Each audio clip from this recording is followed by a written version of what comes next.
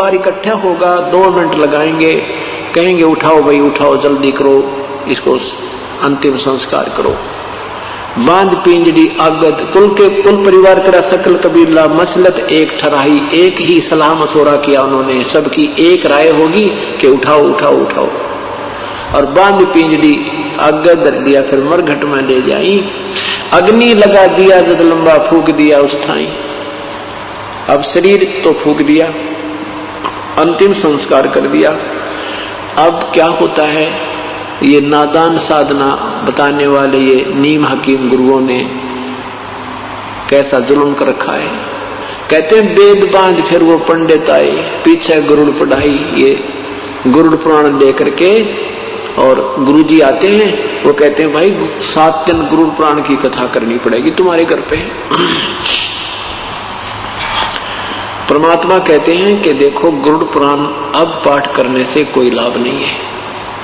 ये गरुड़ पुराण का पाठ उसको पहले सुनाना था जब वो जीवित था, क्योंकि सदग्रंथों में विवरण होता है कि जो व्यक्ति साधना नहीं करते उनके साथ भयंकर यातनाएं हो, उनको बहुत भयंकर यातनाएं होती हैं, प्रेत बनता है उसके साथ, ऐसे होते हैं। कोई ऐसी क्रिया करता है, कोई ऐसा जुल्म करता है, कोई ऐसा पाप करता है उसका हाथ कटता है, कोई ऐसा पाप करता है उसकी ऐसे पुत्र की मृत्यु होती है, कोई ऐसा करता उसकी आंखें फूट जाती हैं। तो परमात्मा कहते हैं वो ज्ञान उस मरने वाले को पहले सुनाना था, ताकि बुराइयों से बच जाता और शुभ कर्म करके अपना जीवन सफल कर जाता। अब वो गधा बनने को तैयार है और पीछे उसकी गरुड़ पुराण की कथा गुरुदेव करने को तैयार है। इस तरह की ड्रामेबाजी ने, इस तरह के नीम हकीमों ने ये भक्ति का विनाश कर डाला और मनुष्य जीवन को इन्होंने बर्बाद करवा दिया।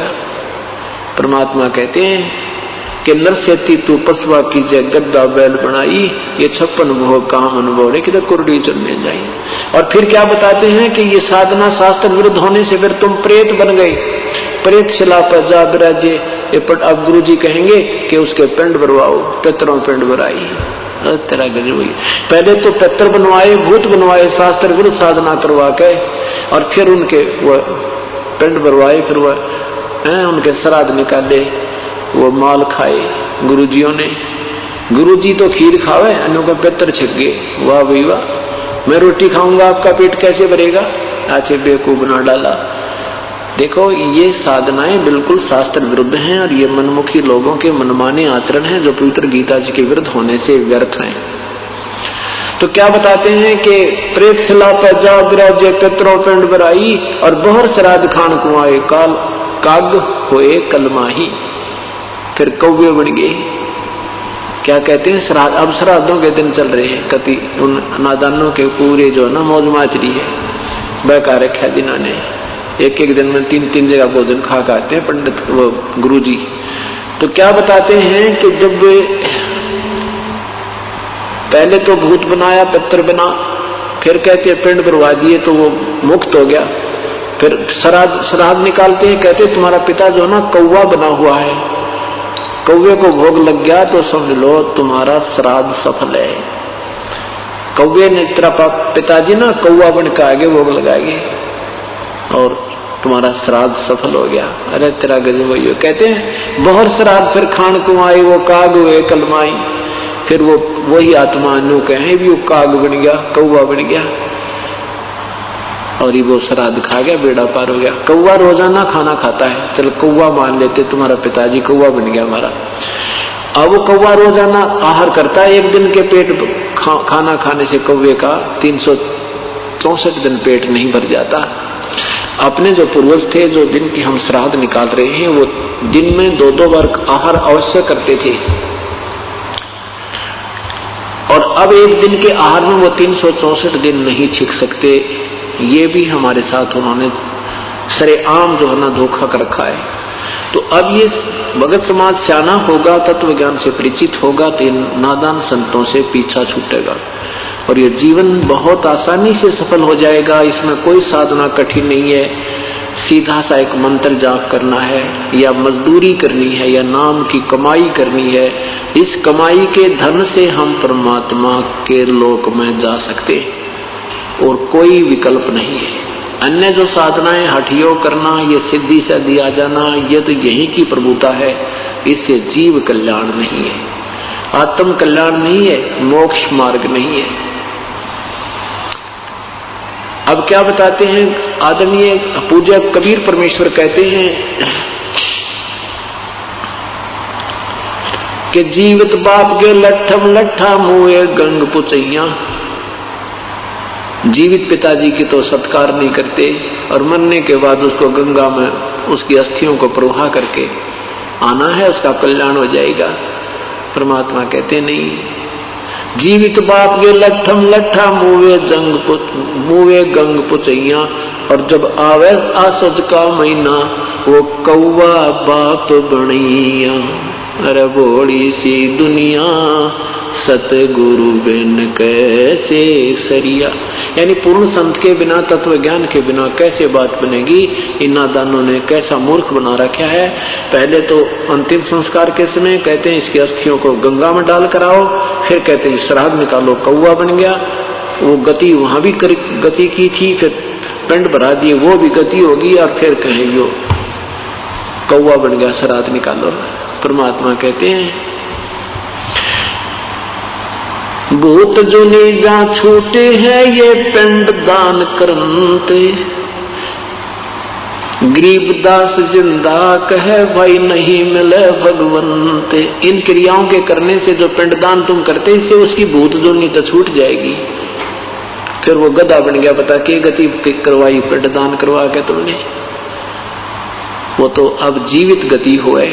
अब गति करनी हमने अपने आप करवा के जानी है। अपना यहीं पर भक्ति साधना कर लो, यही आपके श्राद्ध निकलने लग रहे। 7 दिन श्राद्ध होंगे यहाँ पे। जो आत्मा यहाँ आगी उसका कल्याण हो जाएगा और तत्व ज्ञान होगा, मोक्ष मार्ग प्राप्त होगा। यहाँ उसकी भक्ति साधना मिलेगी, उसको कमाई बनेगी। कई प्रकार से कमाई होती है साधना से, जैसे संत के दर्शन से भी पुण्य होते हैं। सत्संग की तरफ चलते हैं, एक कदम का भी बहुत पुण्य है। यहाँ करिए अमर कथा सुनते हैं, इसका भी पुण्य होता है। फिर यहाँ सेवा करते हैं, कोई दान करते हैं, ये सब पुण्य हमने संग्रह करके और यहाँ से सतलोक जाने की तैयारी करनी है। यही हमारा मूल उद्देश्य है सत्संग में आने का। फिर क्या बताते हैं, स्वरत जय सतगुरु की संगत करते तेरे सकल कर्म कट जाई।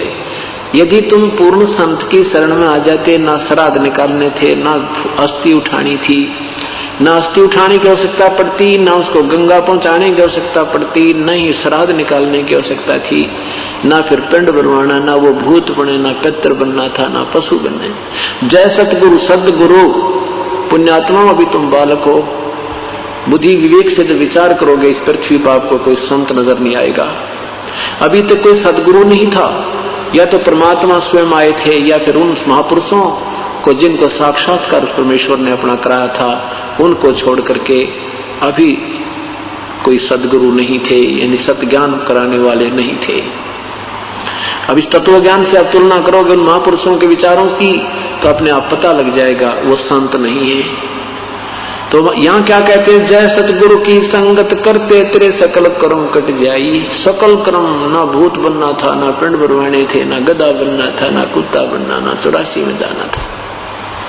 अमरपुरी पर आसन होते जहां धूप न छाई। अमरपुरी सतलोक में आसन, यानी वहां तेरा स्थायी स्थान मिल जाता, जहां पर कोई कष्ट नहीं है, ना धूप ना छाई, यानी कोई दुख नहीं है। सुरत नृत मन पवन पियाना, शब्द शब्द समाई। गरीबदास गलतान महल में मिले कबीर गुसाई। मुझे तो गरीब कबीर परमात्मा मिल गए और ये तत्व ज्ञान मुझे दे दिया। मैं तो मस्त हो गया गलतान महल में। हमने तो कोई संशय रहा नहीं, हम सतलोक जाएंगे, क्योंकि हम उन्हीं पद चिन्हों पर चल रहे हैं, उसी रास्ते चल रहे हैं जो हमारे पूर्ण परमात्मा ने आकर हमें दर्शाया है।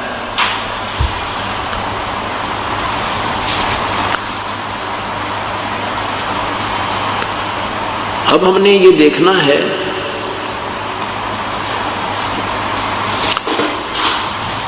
सत्संग में आने से पुण्यात्मा को ये तो ज्ञान होगा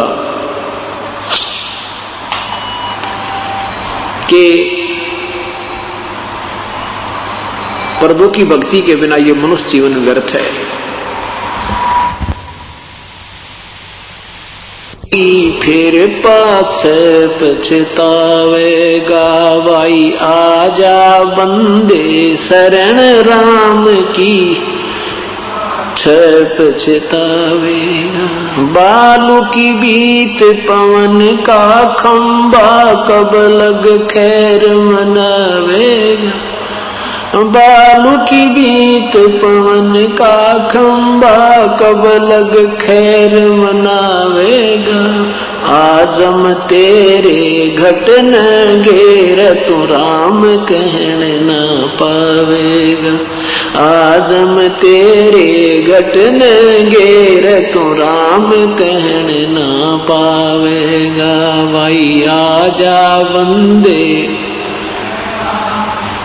फिर पाछे पछताए। काल बलि तेरे सिर पर बैठा, भुजा पकड़ ले जावेगा। हाँ, काल बलि तेरे सिर पर बैठा, भुजा पकड़ ले जावेगा। मात पिता तेरा कुटुंब कबीला, सारा खड़ा लखावेगा। मात पिता तेरा कुटुंब कबीला, सारा खड़ा लखावेगा। भाई आजा बंदे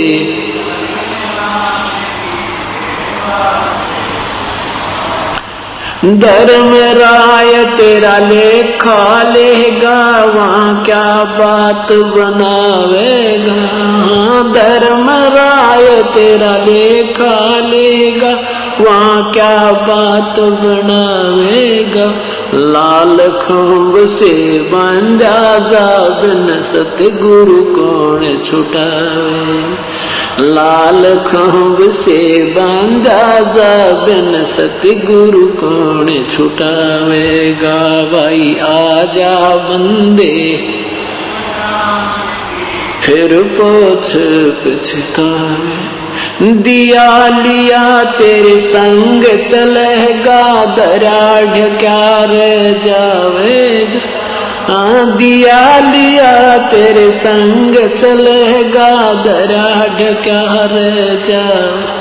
कहे कबीर सुनो भाई, साधो करनी के फल पावेगा। हाँ, कहे कबीर सुनो भाई, साधो करनी के फल पावे।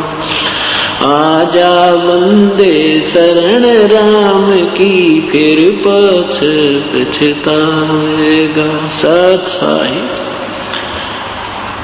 आजा बंदे शरण राम की, फिर पीछे पछतावेगा। अब सबसे पहले हमने राम समझना है। राम किसे कहते हैं, परमात्मा की परिभाषा क्या है। जैसे यहां संसारिक व्यवहार से हम सोचेंगे तब परमात्मा की परिभाषा में समझ में आएगी। जैसे किसी एक विभाग में आप लीजिए, तहसीलदार भी साहब कहलाते हैं, तहसीलदार साहब, फिर एसडीएम साहब, डिप्टी कमिश्नर साहब, कमिश्नर साहब, मंत्री साहब, मुख्यमंत्री साहब, प्रधानमंत्री साहब और राष्ट्रपति साहब, ये सभी साहब कहलाते हैं। लेकिन इनकी शक्ति में, पावर में दिन रात का अंतर होता चला जाता है। यही व्यवस्था परमात्मा को समझने के लिए आपने याद रखना होगा। जैसे तीन लोक के राम हैं, मालिक हैं, स्वामी हैं, प्रभु हैं। तीन लोक, एक ब्रह्मांड में, तीन लोक में एक विभाग के मंत्री साहब हैं, राम हैं, प्रभु हैं। कौन? रजगुण ब्रह्मा, सतगुण विष्णु, तमगुण शिव जी। रजगुण विभाग के भगवान ब्रह्मा जी, सतगुण विभाग के भगवान विष्णु जी और तमगुण विभाग के भगवान शिव जी। केवल पाताल लोक, पृथ्वी लोक और स्वर्ग लोक के ही इन प्राणियों के ऊपर इनका अधिपत्य है। महास्वर्ग में इनका कोई लेन देन नहीं है। अन्य जो स्थान है इसी ब्रह्मांड में, उन पर भी इनका अधिपत्य नहीं है। एक ब्रह्मांड में एक विभाग के मंत्री साहब यानी राम, भगवान ब्रह्मा, भगवान विष्णु, भगवान शिव है, ये भी राम है। इनके पिताजी 21 ब्रह्मांड के प्रभु हैं, राम हैं, साहब हैं, जिसे ब्रह्म कहते हैं, ब्रह्म क्षर पुरुष भी कहते हैं। और सात संग ब्रह्मांड का राम है परब्रह्म, जिसको अक्षर पुरुष कहते हैं। वो भी राम है, वो भी मालिक है, वो भी स्वामी है, वो सात संग ब्रह्मांड का मालिक है। और इस परब्रह्म से ऊपर एक पूर्ण ब्रह्म, परम अक्षर ब्रह्म, सतपुरुष, अकाल मूर्त, शब्द स्वरूपी राम, वो भी साब है।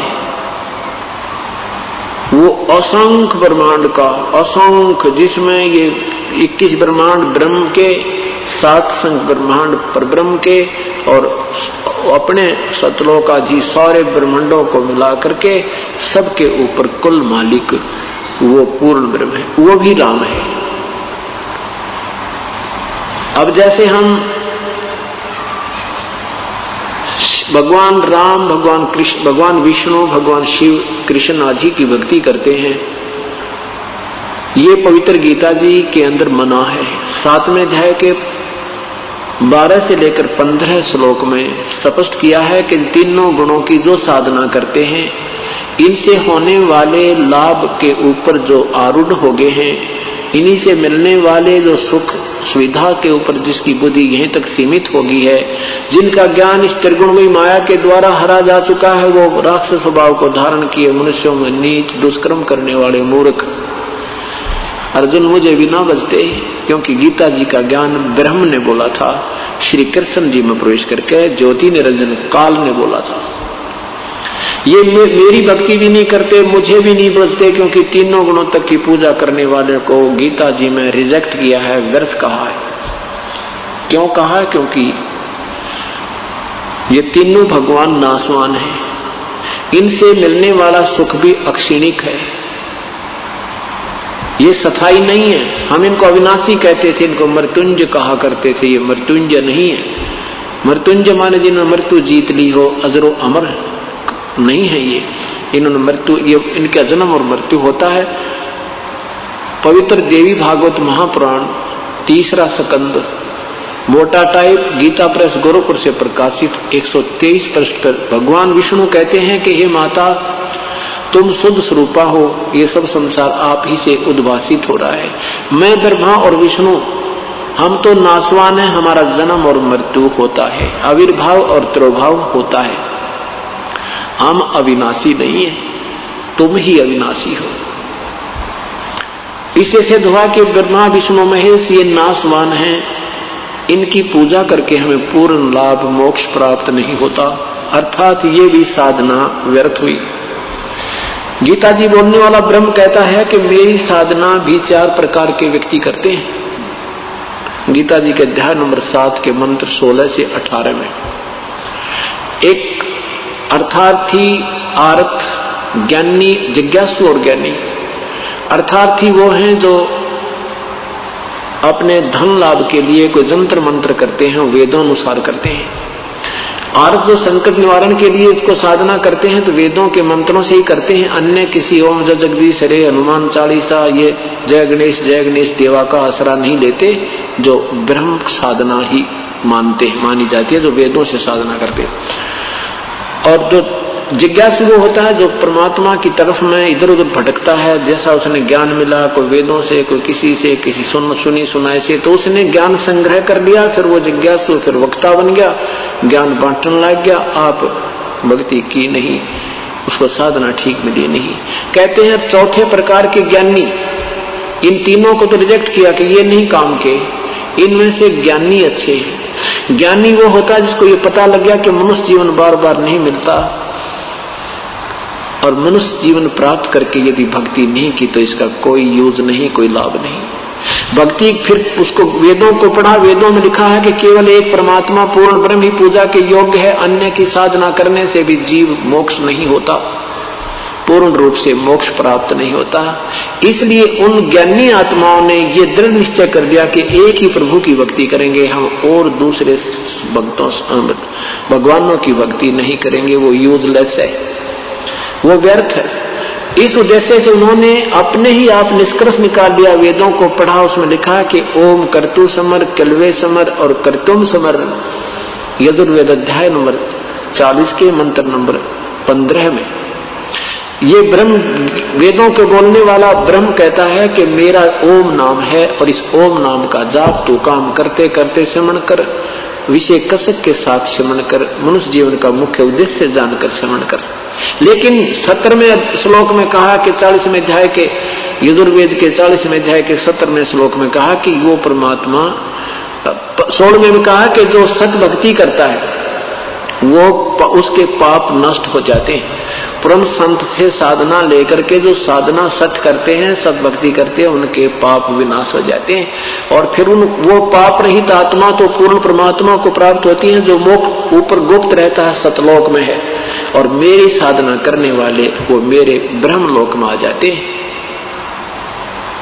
उस परमात्मा की भक्ति से जीवन का मोक्ष होगा। और मेरी साधना करने वालों को भी यजुर्वेद अध्याय नंबर 40 के मंत्र नंबर 3 में आत्मघाती कहा है कि ब्रह्म तक की साधना करने वाले भी आत्मघाती है, क्योंकि ये मोक्ष नहीं होता इससे, ब्रह्म तक की साधना भी व्यर्थ है। अब गीता जी अध्याय नंबर 7 के मंत्र 18 में कहा है कि ये ज्ञानी है तो उद्धारात्मा, उद्धारमीन समर्पण कर दिया परमात्मा को, चाहे हमारा शीश भी चला जाए पर प्रभु मिल जाए। रात और दिन खाना पीना त्याग दिया, वैराग ले लिया, घर त्याग के जंगल में बैठ के ओम नाम का जाप करते रहे, लेकिन ओम नाम के यानी वेदों में वर्णित विधि से प्रभु प्राप्ति नहीं है, या उनकी समझ में आई ना। गीता जी अध्याय नंबर 4 के मंत्र नंबर 34 में कहा कि उस परम तत्व को, परमात्म तत्व को जानने के लिए किसी तत्वदर्शी संतों की तलाश कर, खोज कर वो जैसा मार्गदर्शन करें वैसे कीजिए। और अपनी साधना के विषय में गीता बोलने वाला प्रभु कहता है 8वें अध्याय के 13वें श्लोक में कि ओम इति एकाक्षरम ब्रह्म व्यवहार माम अनुसमन ये प्रियाति तदन देहम सयाति परमाम गतिम। मेरा तो केवल एक ओम नाम है, और जो ये एक ओम अक्षर नाम है, इसको मुझ ब्रह्म का एक अंतिम सांस तक जो इसकी साधना करता है वो मेरे वाली परम गति को प्राप्त होता है। 8वें अध्याय के 7वें, 6ठे और 5वें और 7वें श्लोक में कहा है कि जो मेरी साधना करेगा वो मुझे प्राप्त होता है, और युद्ध भी कर और मेरी साधना भी कर। 8वें अध्याय के 5वें श्लोक में कहा कि ये नियम है, ये विधान है प्रभु का कि अंत समय में जो जिसके अंदर आस्था रखता हुआ, भजन करता हुआ, सिमरण करता हुआ प्राण त्यागता है उसी को प्राप्त होता है। 8वें अध्याय के 8, 9, 10 में कहा कि जो उस परमात्मा की भक्ति करता है, उस परम देव परमेश्वर की भक्ति करता है, करता हुआ प्राण त्याग जाता है तो उसी को प्राप्त होता है। उसके लिए किसी तत्वदर्शी संत की तलाश करो। मैं नहीं जानता उसकी भक्ति विधि को। कौन? गीता बोलने वाला प्रभु कह रहा है।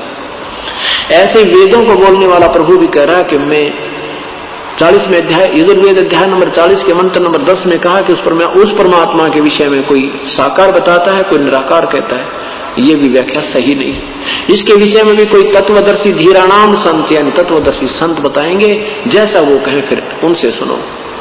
गीता बोल वहां वेदों के बोलने वाला प्रभु भी अपने तक की ज्ञान बता करके वो ऑप्शन छोड़ दी। अब उन ऋषियों को वो तत्वदर्शी संत मिला नहीं, अपने आप निष्कर्ष निकालकर जो साधनाएं उन्होंने की वो प्रभु प्राप्ति की नहीं थी। गीता जी के अध्याय नंबर 11 के मंत्र नंबर 47-48 में लिखा है कि अर्जुन ये मेरा रूप, ये वास्तविक रूप है, ये मैं तुझे दिखा रहा हूं, जो मेरा विराट रूप है, ये है मैं काल हूं, और इसकी प्राप्ति तेरे अतिरिक्त ना तो पहले हुई ना फिर हो सकती, और इसकी प्राप्ति कैसे हो सकती? ना वेदों वर्णित विधि से, ना यज्ञ से, ना तप से, ना जप से, ना किसी साधना से मेरे दर्शन अर्थात ब्रह्म प्राप्ति नहीं है। इसी कारण से संत ऋषियों ने साधनाएं की, ओम नाम के जाप वेदों अनुसार यज्ञ किए, हवन किए, लेकिन परमात्मा नहीं मिला। गीता जी के अध्याय नंबर 7 के मंत्र नंबर 24 में कहा कि ये बुद्धिहीन जन समूह मेरे उस घटिया अटल नियम को नहीं जानता कि मैं अपनी योग माया से छुपा हुआ कभी भी किसी के सामने प्रत्यक्ष नहीं होता। ये मुझे कृष्ण मान रहे होंगे, मैं कृष्ण नहीं हूं, मैं व्यक्त नहीं होता, मैं अपनी योग माया से गुप्त रहता हूं, अर्थात वो साकार है लेकिन सामने नहीं आता। ये मेरा अटल घटिया नियम है।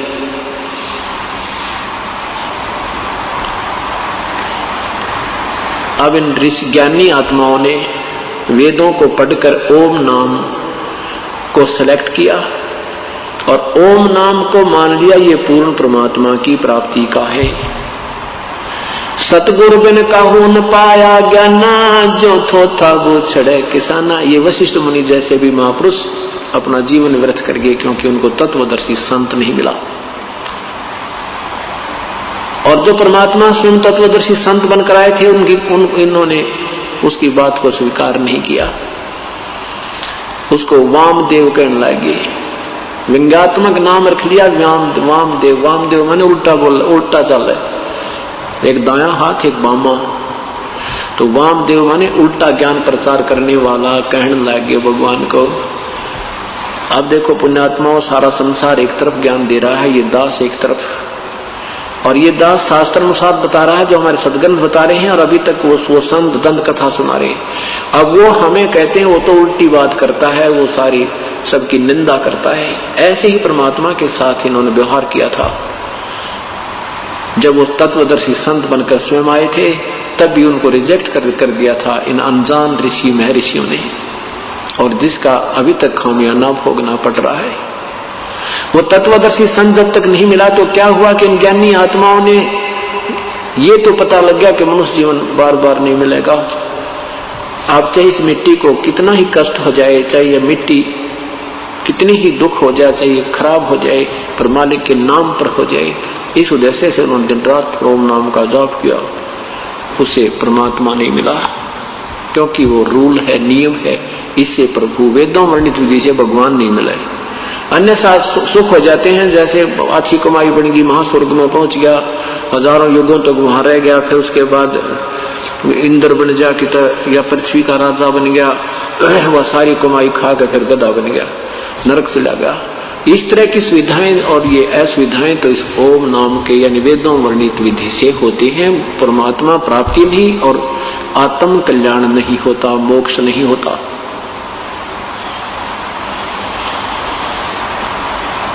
इसलिए गीता जी अध्याय नंबर 18 में 7वें अध्याय नंबर 7 के मंत्र 18 में कहा कि ये ज्ञानी आत्मा है तो उद्धार में ना अपना समर्पण कर दे, जान भी दे दे भगवान के लिए, उल्टी ना हटे। ये है तो इतनी नेक, परंतु ये नादान उस तत्वदर्शी संत ना मिलने से मेरे वाली घटिया साधना में ही लीन रही, आश्रित रही, अनुतमाम, ये मेरे वाली अनुतमाम गति में आश्रित रही। कितना प्यारा ज्ञान दिया पवित्र गीता जी में।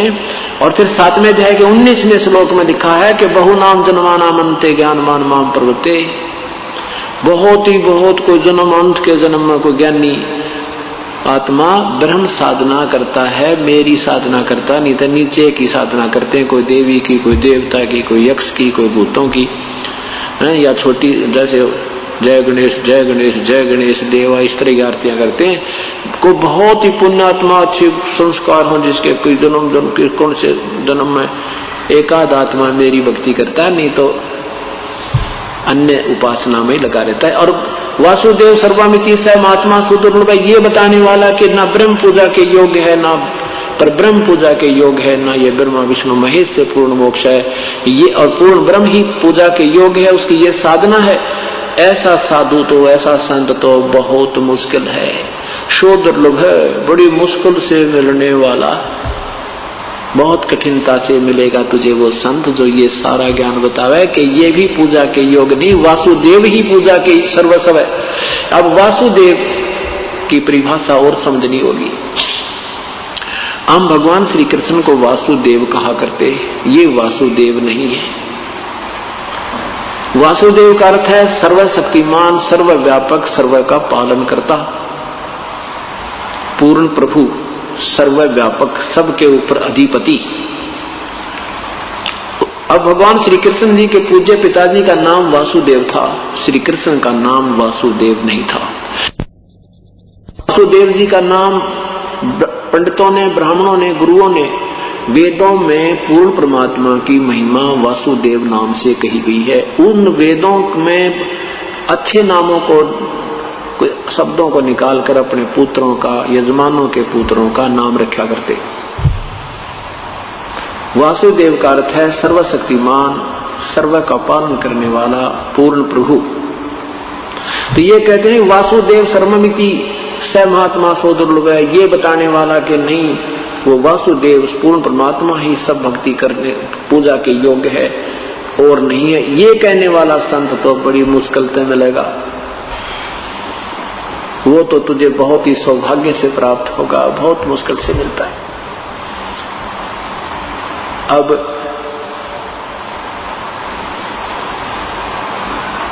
श्री कृष्ण विष्णु अवतार है। श्री विष्णु जी सतगुण विभाग के एक मंत्री, एक ब्रह्मांड में 3 लोक के अंदर हैं। ये केवल एक विभाग में मालिक हैं, सर्व के मालिक, सर्वव्यापक, सर्वस्वान नहीं है। ये वासुदेव नहीं है। इनके पिताजी जो है ब्रह्म ज्योति निरंजन, ये 21 ब्रह्मांड के ही मालिक हैं। ये कुल के मालिक वासुदेव नहीं है, सर्वव्यापक, सर्वस्व नहीं है। परब्रह्म भी केवल 7 शंख ब्रह्मांड का मालिक है, प्रभु है। ये भी वासुदेव सर्व का मालिक नहीं है। पूर्ण ब्रह्म वो वासुदेव है। पूर्ण ब्रह्म वासुदेव है, वो सत्पुरुष वासुदेव है। तो कहते हैं ये बताने वाला कि वासुदेव सर्वमिति, सर्वम माने सर्वेस्वा, सब कुछ, वही पूजा के योग्य है, वही पालन करता है, वही दुख कष्ट निवारण करता है, वह पापों का विनाशक भी वही है। ये बताने वाला संत तो बड़ी मुश्किल से मिलेगा। तुम गीता जी के अध्याय नंबर 7 के मंत्र नंबर 12 से 15 में भगवान ब्रह्मा विष्णु महेश के साधकों को व्यर्थ क्यों बताया। जैसे तमोगुण विभाग, तमोगुण भगवान शिव का साधना करने वाला रावण ऐसा कठिन साधक था, ऐसा डिवोटी था कि अपने 10 बार शीश भी काट के भगवान के चरणों में समर्पण कर दिया। और क्या हुआ अंत में, राक्षस कहलाया, कुत्तेवाली मौत मरा। ये तमोगुण भगवान शिव की परम साधना, साधक का, परम साधक की उपलब्धि। संसारिक सुख मिल गए, सोने की लंका होगी, 1 लाख पुत्र होंगे, और अंत में पशु कुत्ते वाली मौत मरा, सर्वनाश हो गया और नरक का भागी हुआ। राक्षस कहलाया। रावण को राक्षस की संज्ञा से जाना जाता है। एक भस्मागिरी नाम के तपस्वी थे, भगवान शिव के तमोगुण के उपासक।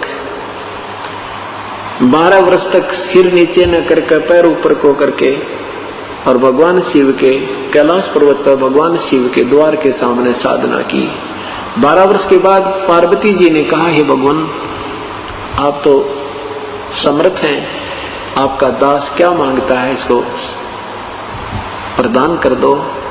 पार्वती जी के कहने से भगवान शिव ने भस्मागिरी से कहा कि मांग भस्मागिरी, क्या मांगता है, मैं तेरे से अति प्रसन्न हूं। अब भस्मागिरी के मन में के खोट था कि भगवान शिव को मारूं, इसे भस्म कड़ा प्राप्त करूं, भगवान शिव को समाप्त कर दूं, पार्वती को पत्नी बना लूं। हे भगवान,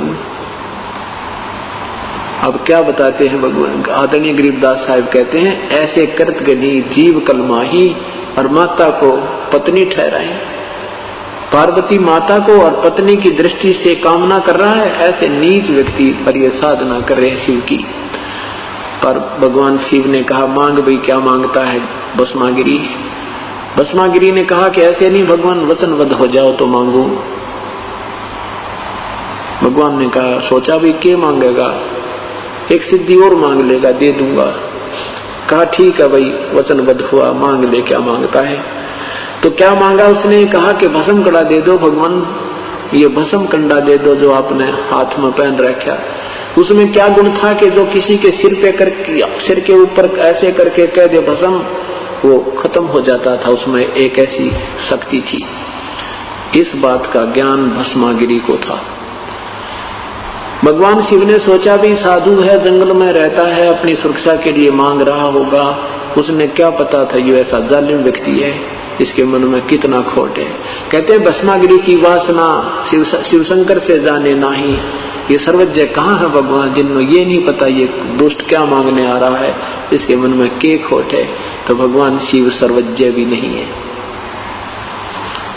अब क्या किया कि उसने जो ही कड़ा निकाल कर उसको दे दिया भस्मागिरी को। भस्मागिरी ने कहा कि होले शंकर होशियार, तुझे मारूंगा और पार्वती को पत्नी बनाऊंगा। इतनी देर में त्योर बदल गया। अब भगवान भाग लिए, भगवान शिव भाग लिए, आगे आगे भागे जा रहे हैं, पीछे पीछे भस्मागिरी। कहते हैं फिर भगवान ने गिरजा रूप बनाया, पार्वती का रूप बना के भस्मागिरी के पास खड़े हो गए। कहने लगे क्यों भाग रहे भस्मागिरी, आजा मेरे पास। अब भस्मागिरी ने देखा कि शिव जी तक भागता जा रहा है, चला जाएगा, मेरे निकट आ नहीं सकता, जिसकी मुझे कामना थी वो मुझे मिल गई। अब पार्वती रूप में प्रभु ने कहा कि भाई आप मुझे डांस करके दिखाओ। भस्मागिरी ने कहा कि मैं डांस तो नहीं आता, मैं तो साधु आदमी, साधना करता था। तो पार्वती कहती मैं सिखाती हूँ। तो पार्वती रूप में प्रभु ने कहा मैं तुझे डांस करना सिखाती हूँ, ऐसे मैं जो गतिविधि करूं ऐसे करना। अब ऐसे एक पैर ऐसे कर, हाथ ऐसे कर, हाथ ऐसे कर, और कर और कर। जो ही वो हाथ में भस्म कंडा लिया हुआ हाथ उसके सिर पे आ गया भस्मागिरी के। पार्वती के रूप में भगवान ने कहा कि भस्मागिरी भस्म हो गया। उस कड़े को लेकर के विष्णु रूप धारण करके प्रभु शंकर भगवान के पास पहुंचे जो भागे जा रहे थे, भस्मागिरी के भय से भागे जा रहे थे भगवान शिव। तो कहा कि भाई रुक जा भोलेनाथ, रुक जा भोलेनाथ। भगवान शंकर कहते हैं आजा विष्णु, भाग ले भाग ले। क्या हो गया कि उस निकम्मे ने मेरे से भस्म कंडा मांग लिया और मेरे से गलती होगी, वो मुझे मारने पर तुला है, आपको भी भस्म कर देगा, भाग लो। तब भगवान ने कहा कि मैंने उसको भस्म कर दिया है, तू चिंता मत कर। देख कड़ा में ले आया। कड़े को देखकर भी विश्वास नहीं हुआ, कहने लगा तू लाया कैसे उसने। तो उसने बताया कि मैंने उसको ऐसे ऐसे पार्वती रूप बना करके और ये कड़ा में छीन लाया हूं, उसको भस्म कर दिया है। जब उसकी राख देख ली ना भगवान शिव का, जब दिल धड़कन पे बंद होया। और इनको हम समर्थ मानकर पूजा करते थे, ठीक है, ये भी नहीं कह सकते ये बिल्कुल रिजेक्टेड है, नहीं, जितनी इनकी शक्ति है उतनी विद्यमान है। हम इनको एक मंत्री की शक्ति होते हुए हम मंत्री को प्रधानमंत्री कहा करते थे, ये हमारी नालायकी नादानी थी, क्योंकि ये नीम हकीम हमारे गुरुओं की कमी थी। जैसे रावण को उनके गुरुदेव ने शिव को मृत्युंजय, सर्वेश्वर, महेश्वर, वेदों में इसी का वर्णन है, ऐसे गुणगान कर दिए। अब उस घोड़ी आत्मा को क्या पता था कि ये गुरु जी नहीं है, तो नीम हकीम है। यदि उस रावण वाली आत्मा को ये ज्ञान मिल जाता, विमान में बैठकर जाता। ये संतों की त्रुटि की कमी, तत्वदर्शी संत न मिलने से अभी तक ये भक्ति मार्ग विचलित है और ये भोली आत्मा श्रद्धालु लोग भटक रहे हैं। ये तो भगवान शिव की रजो तमोगुण साधना के उपासकों की हालत बताई। राक्षस स्वभाव को धारण किए, मनुष्यों में नीच। रावण भी अपनी मां को उठा ले गया, सीता को, और भस्मागिरी ने अपनी मां पर नीत डुबोली, यानी त्रिलोक जननी पर। तो इससे मनुष्यों में नीच दुष्कर्म करने वाले भक्ति मार्ग के शास्त्र विरुद्ध साधना साधकों को दुष्कृतिन बोला है, बुरे कर्म करने वाले। और मूर्ख यानी सतभक्ति ना करके इस पर रूढ़ रहते हैं और कहे तो मानना लड़न तैयार हो जा। जिन्होंने कह दिया तुम्हारी साधना ठीक नहीं है तो उस पर विचार नहीं करते, क्योंकि क्यों निंदा करते हो तुम, लड़ने को तैयार हो जाते हैं। फिर क्या बताते हैं कि ब्रह्मा की साधना, रजोगुण की साधना की थी हिरण्यकशिपु ने। सुबह मरूं ना श्याम मरूं, दिन मरूं ना रात मरूं, 12 मास में ना मरूं, आकाश पृथ्वी पर ना मरूं, इस तरह की सिद्धि मांग ली। ये वरदान ले लिया ब्रह्मा जी से, तथास्तु। अब ये सिद्धि प्राप्त करके अपनी साधना से हल्दी की गांठ से पंसारी बन बैठा और फिर अन्याय शुरू कर दिया, राक्षस कहलाया, अपने ही पुत्र का दुश्मन बन गया। प्रहलाद को भी अग्नि में जलाना चाहा, लाल खंबे से बांधकर उसको फूंकना चाहा। उसी से मैं प्रभु नरसिंह रूप धारण करके प्रकट हुआ, हिरण्याकुश की आंत निकाली, कुत्ते वाली मौत मेरा राक्षस कहलाया, रजोगुण ब्रह्मा का उपासक। अब सतगुण विष्णु जी की साधना विश्वामित्र ने की थी। अपने साथी वशिष्ठ मुनि के 100 पुत्रों की हत्या कर दी एक ही पॉइंट पे। वशिष्ठ जी उसको कहा करते कि आओ राजऋषि, क्योंकि वो महिमा का भूखा था, विनम्रता विश्वामित्र में नहीं थी। और विश्वामित्र इस बात से दुख मानता था, तो मुझे राजऋषि क्यों कहता, मुझे ब्रह्म ऋषि कहा कर। इसी द्वेष से वशिष्ठ मुनि के 100 पुत्रों को काट दिया उस विष्णु के उपासक ने। एक और सामूहिक उदाहरण दिया है कि एक बार हरिद्वार हर की पैड़ियों पर, हरिद्वार में हर की पैड़ियों पर कुंभ का पर्व हुआ। उसमें स्नान करने के लिए, पृथ्वी में नहाने के लिए तीनों गुणों के उपासक, ये गिरि, पुरी, नागा, वैष्णो, ये सारे साधु पहुंच गए। अब स्नान करने का जब समय आया तो वो अपने अपने पूरे समूह के साथ प्रस्थान करते हैं। सबसे पहले नागा हर की पैड़ियों पर जाकर खड़े हो गए। अन्य को कहा कि तुम हमारे बाद में स्नान कीजिएगा, हम सर्वश्रेष्ठ हैं, हम त्यागी और बैरागी हैं, हम निवस्त्र रहते हैं, हम इच्छा हैं, हम सर्वश्रेष्ठ हैं, हम प्रथम स्नान करेंगे। वैष्णव साधुओं ने इस बात का दुख माना कि तुम पशु की तरह नंगे फिरते हो, समय पर नहाना नहीं, लाख रुपए राख शरीर पर लगा रखी है, पशु की तरह रहते हो तुम, काहे के शरण फिर, तुम काहे के श्रेष्ठ हो, बाहर मरो, हम नहाएंगे पहले। अब वो नहाना तो भूल गए, लट्ठम लट्ठा हो गए। वो स्नान तो करना भूल गए, आपस में लट्ठम तलवार निकाल ली, तीर निकाले, जो भी जिसका फंस गया नीट मारी है। वैसी बुरी तरह पशुओं की तरह को किसी को मुंह से काट रहा है। वो तो क्या कहते हैं, 25,000 व्यक्ति जिनको हम संत कहा करते थे अनजानपने में, वो 25,000 व्यक्ति आपस में लड़का मर गए, गंगा का पानी लाल कर दिया। तो ये तीनों गुणों के उपासक, राक्षस स्वभाव को धारण किए हुए मनुष्यों में नीच, हे भगवान कितने उदाहरण दें इनके। ये तत्व ज्ञान के अभाव से ये हानि प्राणी को उठानी पड़ रही है।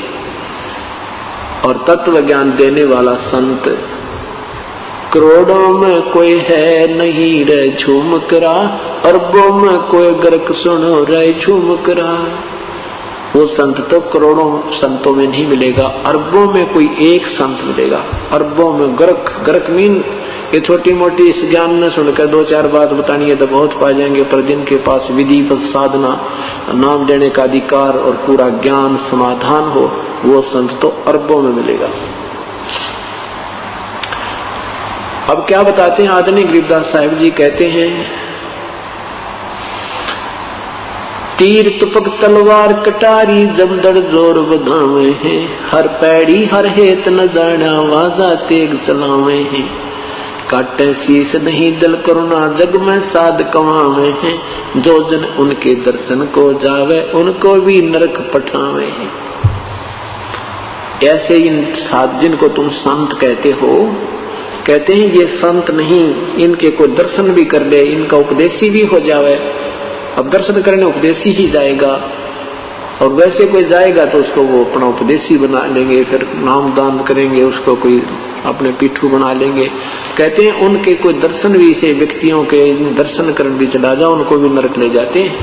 और तुम इनको साधु कहते हो, तुम इनको संत कहते हो। ये तीनों गुणों के उपासकों के विषय में कहते हैं। तीर तुपक तलवार कटारी और डट कर कहते हैं जमा जंग करी उन्हें, और काटे शीस नहीं दिल करुणा। करुणा माने दया। वो जग में साधकों में उनको तुम संत भी कहते हो, और जो जन उनके दर्शन को जावे उसको भी नरक ले जावे। जो उनके उपदेशी हो गया उनको भी नरक में ठोक रहे हैं। इन बातों को मद्देनजर रखते हुए हमने ये विचार करना है कि कौन प्रभु है और किस परमात्मा की साधना से लाभ होगा। अब तीनों गुणों के उपासकों को तो गीता जी के 7वें अध्याय के 12 से 15 में रिजेक्ट कर दिया। अब कहते हैं मेरी भक्ति भी ना करते ये, और अपने विषय में 7वें अध्याय के 18वें श्लोक में अपने आप को भी भगवान ने कह दिया कि मेरी साधना भी अनुत्तमाम, यानी कति घटिया ते घटिया, बिल्कुल व्यर्थ। क्यों? क्योंकि ये भी नाशवान है, भगवान ब्रह्म भी नाशवान है। इसकी ब्रह्मलोक 8वें अध्याय के 16वें श्लोक में गीता जी में लिखा है कि ब्रह्मलोक से लेकर ये सारे लोक नाशवान है, पुनर्वृत्ति में है, ये स्थायी नहीं है। और यहाँ 21वें एक ब्रह्मांड का अंतिम जो ब्रह्मलोक है ये सबसे स्थायी है। इसी में नकली सतलोक, अलखलोक, अगमलोक, अनामी लोक की स्थापना इस काल ने अपनी माया से गुप्त करवा रखी है इन जीवों को भ्रमित करने के लिए। और ये ब्रह्मलोक तक भी विनाश हो जाते हैं, ये भी स्थायी नहीं है। 4थे अध्याय के 5वें श्लोक में स्वयं गीता बोलने वाला प्रभु कहता है कि अर्जुन तेरे और मेरे बहुत जन्म हो लिए, अर्थात मैं और तू भी अविनाशी नहीं है। कैसे? 7 ब्रह्मा की मृत्यु होने के बाद एक विष्णु की मृत्यु होती है। एक ब्रह्मा जी की आयु कितनी है? पुण्यात्माओं ये आंकड़े याद हो जाएंगे थोड़े से दिन में आपके, और ये ज्ञान होना बहुत जरूरी होता है, क्योंकि ज्ञान एक बाउंड्री बनती है, एक हमारा गाइडलाइन बनता है। हम विचलित नहीं हो सकते, चाहे कोई फिर कितना विद्वान आकर बात करे, आप 2 मिनट में फेल कर देगा। हमारा बच्चा भी उसको रिजेक्ट कर देगा जिसने 3-4 वर्ष सत्संग सुनते और हो गए और नाम ले रखा है। एक ब्रह्मा का कितनी आयु होती है? ब्रह्मा की, ब्रह्मा जी का एक दिन है 1008 चतुर्युग का। एक चतुर्युग कितना होता है? सतयुग, त्रेता, द्वापर, कलयुग, इन 4 युगों का समय मिला दे इसको चतुर्युग कहते हैं। और ये 43 लाख यानी कुछ ऐसा इतना मिला करके वर्ष होते हैं। 4,32,000 कलयुग का समय है, इससे दुगना द्वापर का है, यानी 8,64,000। और 8,64,000 में 4,32,000 और जोड़ दे 12,96,000 त्रेता का, और 12,96,000 में 4,32,000 और जोड़ दे 17 लाख कुछ ये द्वापर का, सतयुग का। इन चारों का योग कर दे ये 43 लाख कुछ वर्ष होते हैं। तो इतना एक चतुर्युग ये हुआ। ऐसे ऐसे 1008 चतुर्युग का ब्रह्मा का एक दिन, इतनी ही रात्रि। अब इसको लंप संप लेते हैं, 1000 चतुर्युग कहते हैं। 2000 यानी 2000 चतुर्युग का एक दिन रात हुआ। ऐसे 30 दिन का एक महीना, और 12 महीने का एक वर्ष, और 100 वर्ष की ब्रह्मा की आयु। ओए होए, अब गिनती करने लगे तो गुणा भूल जा। इतनी लंबी वर्षों, इतनी उम्र एक ब्रह्मा जी की होगी, इसकी मृत्यु होगी। ऐसे 7 ब्रह्मा मर जाएंगे, एक विष्णु जी की मृत्यु होगी। ऐसे 7 विष्णु जी की मृत्यु हो जाएगी, तब एक शिव की मृत्यु होगी। इसकी इतनी लंबी उम्र है। इसने माता से यही मांगा था कि मेरी उम्र बढ़ा दे, लंबी कर दे माँ। अमर होना चाहा था। दुर्गा ने कहा बेटा तुम अमर नहीं कर सकती मैं, ये तो विधान है यहाँ का, जो जन्म है वो मृत्यु अवश्य होगी। तुझे विधि बताती हूँ कि तेरी आयु सबसे लंबी हो जाएगी। उस विधि से ये भगवान शिव ज्यादा समाधिस्थ रहता है, श्वास कम लेता है, आयु इसकी 3 दोनों भगवानों से ज्यादा है। ऐसे ऐसे 70,000 जब शिव मर जाते हैं, शंकर मर जाते हैं, तो ब्रह्मलोक में रहने वाला ये काल, वहां भी ये 3 रूपों में रहता है, महाब्रह्मा, महाविष्णु, महाशिव। वहां ऐसे ये शरीर छोड़ता है। इसने अपना पीरियड काउंट करने के लिए ये क्रिया बना रखी है, जैसे सांप कांचली छोड़ दिया करे, ऐसे ये अपना एक शरीर छोड़ता है। ऐसे इसकी जन्म और मृत्यु होती है। अर्जुन, मेरे जन्म और मृत्यु दिव्य हैं, तू नहीं जानता, दिव्य ऐसे हैं ये। तो 70,000 ये त्रिलोकीय काल का पुत्र मर जाता है, तब एक ये ब्रह्मांड में रहने वाला महाशिव मरता है। उसके बाद एक ब्रह्मांड में पूर्ण रूप से प्रलय हो जाती है, इसको महाप्रलय कहते हैं, एक ब्रह्मांड की महाप्रलय। उसके बाद ये काल इन सब जीवों को दूसरे ब्रह्मांड में शिफ्ट कर देता है। वहां ऐसे ही अपनी पत्नी को, दुर्गा को महाब्रह्मा, महाविष्णु, आप स्वयं महाब्रह्मा, महाविष्णु शिव रूप में रहता है। दुर्गा को महासावित्री, महालक्ष्मी और मां पार्वती रूप में रखकर वहां पुत्रों की उत्पत्ति करके सृष्टि प्रारंभ करता है। अब ऐसे एक काल मरता है, अर्थात एक ब्रह्मांड की जो प्रलय होती है, ये एक दिन हो गया, ये एक युग हो गया परब्रह्म का। परब्रह्म का एक युग हो गया। जो 70,000 शिव मरते हैं, अर्थात एक काल मरता है, ब्रह्म मरता है, ये एक युग हो गया परब्रह्म का, परब्रह्म का, परब्रह्म का एक युग हो गया। ऐसे 1000 युग का उस परब्रह्म का दिन, इतनी ही रात्रि, 1000 युग का, नोट चतुर्युग।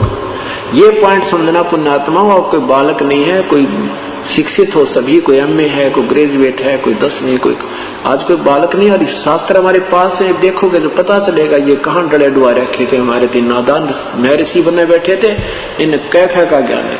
8वें अध्याय, 7-8 गीता जी के 8वें अध्याय के 17वें श्लोक में लिखा है, सहस्र युग लिखा, उसमें सहस्र चतुर्युग नहीं लिखा है। ये परब्रह्म की महिमा गाई है, इसमें परब्रह्म के विषय बताया है। दूसरा अव्यक्त, गीता जी के 8वें अध्याय के 7वें अध्याय के 24वें श्लोक में तो अपने विषय में बताया कि मैं अव्यक्त हूं, और 8वें अध्याय के 20 में लिखा है कि वो अव्यक्त, ये सब संसार का नष्ट होने पर उस अव्यक्त में ये सब प्राणी समा जाते हैं, और उस अव्यक्त से भी दूसरा जो अव्यक्त प्रभाव है वो कभी नष्ट नहीं होता, वो तीसरा अव्यक्त, यानी 3 परमात्मा है। ब्रह्म ये प्रथम अव्यक्त, अव्यक्त का अर्थ होता जो अपने योग माया से छुपे रहते हैं, सामने नहीं आते, वो होते आकार में ही, वो प्रत्यक्ष दृश्य नहीं देते, और वो होते आकार में ही।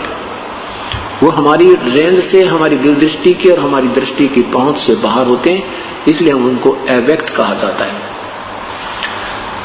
तो ये ब्रह्म जो है, उसमें लिखा है कि ऐसा एक बार जो ब्रह्म मरता है तो एक युग होता है परब्रह्म का, ऐसे ऐसे 1000 युग का दिन, इतनी ही रात्रि, और फिर 30 दिन का महीना, 12 महीने का एक वर्ष, और 100 वर्ष की आयु है परब्रह्म की।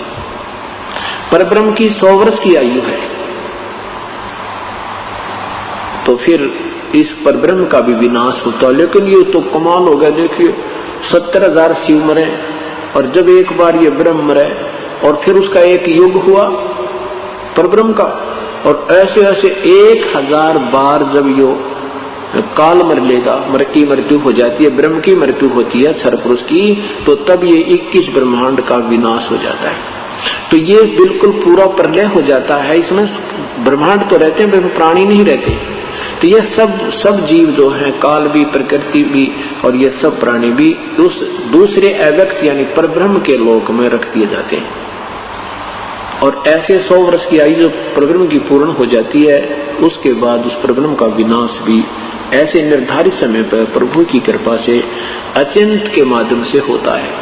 उसके बाद फिर इन सभी के ब्रह्मांडों में फिर दोबारा नए सिरे से उत्पत्ति प्रारंभ होती है। अब क्या बताना चाह रहे थे दास कि ब्रह्म एती उम्र बुलंद मरेगा अंतरे, 1008 1000 चतुर्युग का दिन, 1000 चतुर्युग की रात्रि ब्रह्मा की, और फिर भी मृत्यु रुद्र गजब हुई। और इससे 7 गुना विष्णु, उससे 7 गुना शिव जी की, और फिर भी शिव की मृत्यु। कहते एती उम्र बुलंद मरेगा अंतरे। क्यों? क्योंकि सतगुरु लगे न कान न भेंटे वो संतरे। इसलिए तुम्हारी मृत्यु हो रही है क्योंकि तुमको परम संत नहीं मिले, वो तत्वदर्शी संत नहीं मिले। इतनी भी साधना करके तुम इतनी उपलब्धि भी कर जाओगे, इतनी लंबी उम्र भी हो जाएगी, तो भी मरेगा अंतरे। क्यों मरोगे? क्योंकि तुमने वो तत्वदर्शी संत नहीं मिले।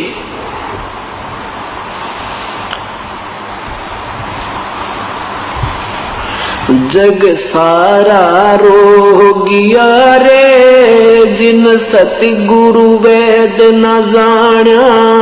जग सारा रोगिया रे, जग सारा रोगिया रे, जिन सतगुरु वेद न जाना।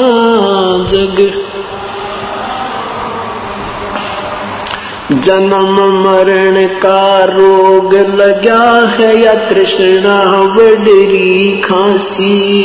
जन्म मरण का रोग लगा है, तृष्णा बडरी खांसी। आवागमन की डोर गले में पड़ी काल की फांसी। जग सारा रोगिया रे, जिन सतगुरु वेद न जाना। जग सारा रोगिया रे, जग सारा रोगिया रे, जिन सतगुरु वेद न जाना। जग भाई देखा देखी गुरु से बन गे, किया न तव विचारा। देखा देखी गुरु से बन गे, किया न तव विचारा। गुरु से दोनों के सिर पर काल ठोके पंजरा। जग सारा रोगिया रे, जिन सतगुरु वेद न जाना। जग सारा रोगिया रे, जग सारा रोगिया रे, जिन जग सारा रोगिया। सच्चा सतगुरु कोई न पूज, इन झूठों जगपतियासी। सच्चा सतगुरु कोई न पूज, झूठों जगपतियासी। अंधे की बागही अंधे न मार्ग कौन बतासी। जग सारा रोगिया रे, जिन सतगुरु वेद न जाना। जग जग सारा रोगियो रे, जिन सतगुरु वेद न जाना। जग सार शब्द सर जीवन बूटी, गस गस अंग लगावे। सार शब्द सर जीवन बूटी, गस गस अंग लगावे। कहे कबीर तुम सतकर मानो, ये जन्म मरण मिट जावे। जग सारा रोगिया रे, जिन सतगुरु वेद न जाना। जग सारा रोगिया रे, जग सारा रोगिया रे, जिन जग सारा रोगिया रे। सार शब्द सर जीवन बूटी, गस गस अंग लगावे। सार शब्द सर जीवन बूटी, गस गस अंग लगावे।